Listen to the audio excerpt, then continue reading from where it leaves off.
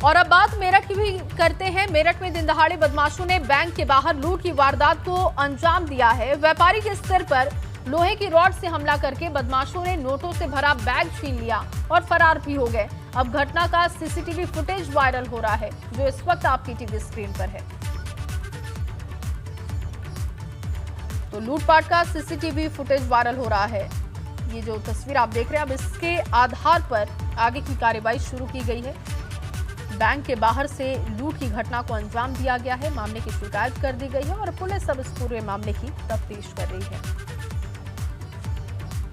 और चलिए इस बीच आपको एक बड़ी जानकारी दे। पूर्व मंत्री गायत्री प्रजापति को बड़ा झटका लगा है। सुप्रीम कोर्ट से गायत्री प्रजापति को बड़ा झटका लगा। दरअसल मनी लॉन्ड्रिंग मामले में गायत्री की मुश्किलें बढ़ती हुई दिख रही हैं। डिफॉल्ट बेल याचिका पर सुनवाई से सुप्रीम कोर्ट ने इनकार किया और सुप्रीम कोर्ट ने गायत्री को जमानत के लिए अब हाई कोर्ट जाने की नसीहत दी है। पहले भी ईडी कोर्ट ने की थी गायत्री की जमानत याचिका खारिज। एक बार फिर से गायत्री प्रजापति की मुश्किलें बढ़ती हुई दिख रही हैं। 26 अक्टूबर 2020 को विजिलेंस ने गायत्री के खिलाफ आय से अधिक संपत्ति का मामला दर्ज किया था। 14 जनवरी 2021 को इसी आधार पर ईडी ने भी मामले की जांच शुरू की थी और प्रारंभिक जांच में पता चला था कि बतौर खनन मंत्री गायत्री ने आय से अधिक संपत्ति भी अर्जित की।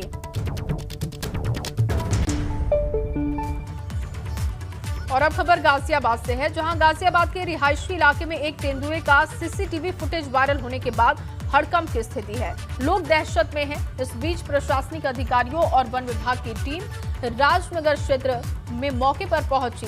यहां दिन रात वन विभाग का पहरा है। डीएफओ दीक्षा भंडारी की माने तो सीसीटीवी से इसकी पुष्टि की गई है। साथ ही चेतावनी जारी कर सड़कों पर भीड़ नहीं लगाने की भी बात कही गई है। बच्चों को घर में रहने की हिदायत दी गई है और साथ ही ये भी कहा गया है कि तेंदुआ दिखे तो उस पर हमला ना करें। गाजियाबाद के पोश इलाके राजनगर में एक लेपर्ड देखा गया, जिसके बाद वहां पर दहशत का माहौल है।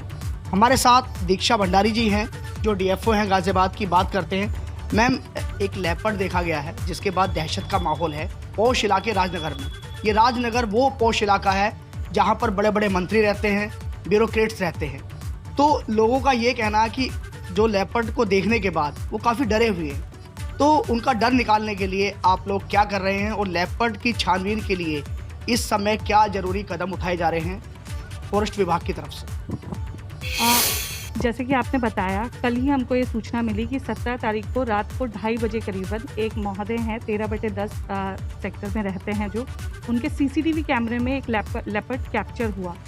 तो उसका पहले हमको निशानदेही करनी बहुत ज़रूरी थी कि वो सीसीटीवी कैमरे की जो फुटेज है वो उसी डेट की है जिस डेट का वो बता रहे कि नहीं बता रहे, और साथ में ये भी देखना ज़रूरी था कि वो उसी एरिया में हैं जो बताया जा रहा है कि इस एरिया में हैं।